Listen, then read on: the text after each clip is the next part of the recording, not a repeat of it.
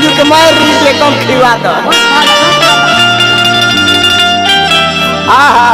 कहाँ सिखले रही साली सिखले होली में चोली न पहने छोड़ी बड़ी बाल रखे जबन पा दुपट्टा। अरे भाई रे ए शत्रुघ्न बाबू आजकल का फैशन हो गई बा लड़के मुंह बांध के जाता रही सो लड़का देखले बा देखी का कहता हर की होली में चोली न पहने छोड़ी अरे न रखे जबन पा दुपट्टा। हम बनले होई त बुझी खेला रही पाका।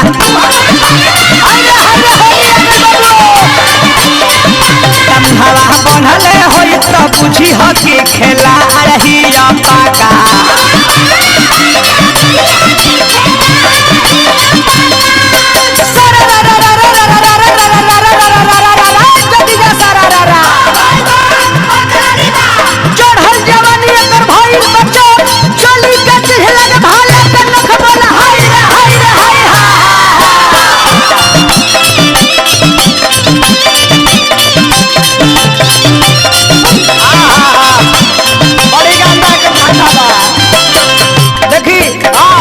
लड़कियों पहचाने के अलग अलग तरीका होला ओकरी खाते वो अलग किस्म के चश्मा बा। लड़की दू नंबरी के हई है पहचान हो।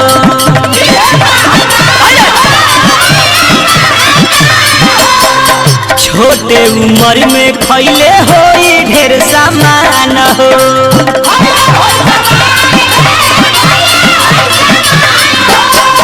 लड़की दू नंबरी के हई है पहचान हो। छोटे उम्र में खैले होई ढेर सामान हो। फागुन में मोट पातर खा के भइल होई हाथ काठा। फागुन में मोट पातर खा के भइल होई हाथ काठा। मुहावा बढ़ले होई त बुझी हो कि खेलार होई पाका।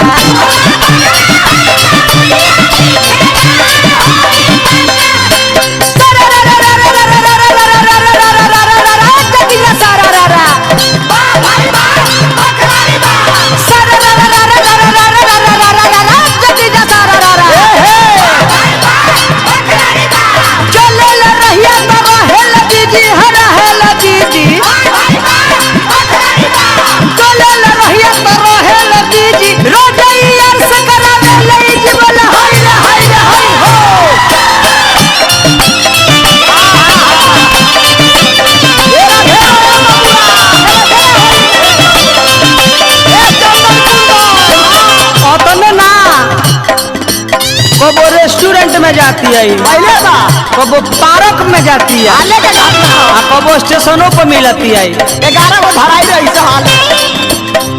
कबो रेस्टोरेंट कबो डाले बियर बार में।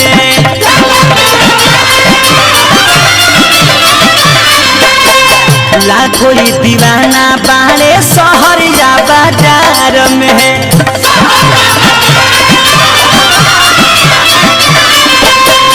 कबो रेस्टोरेंट कबो डाले बियर बार में। लाखों दीवाना बाड़े शहर या बाजार में। चले रही तो मचे तबाही मारल पीछे से धाका। चले रही तो मचे तबाही मारल पीछे से धाका। मुहावा बनले होई तो बुझी हो खिलार होई पाका।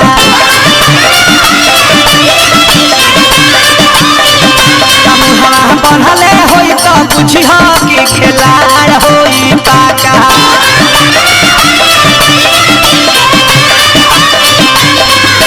घर से कहे कि जाता नहीं पढ़े हो जाता नहीं पढ़े।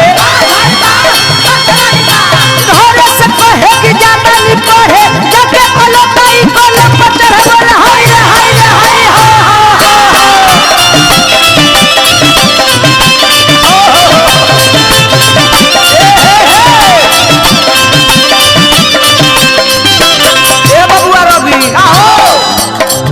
गाँव भर के छातल हिया जाना तावे दिला।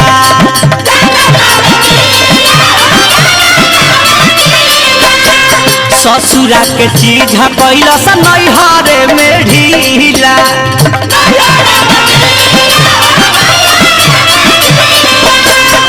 गाँव भर के छाटल हिया जाना तावे जिला ससुरा के चीज कैला सा नैहरे में ढीला अरुण बिहारी से कके यारी पर्वत के लौलस घाटा अरुण बिहारी से कके यारी पर्वत के देवेले घाटा मुहारा बढ़ले होई तो कुछ रहिया पाका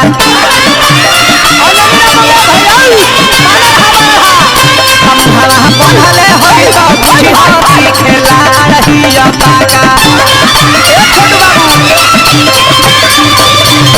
मुहारा बढ़ले होई तो कुछ खेला रहिया पाका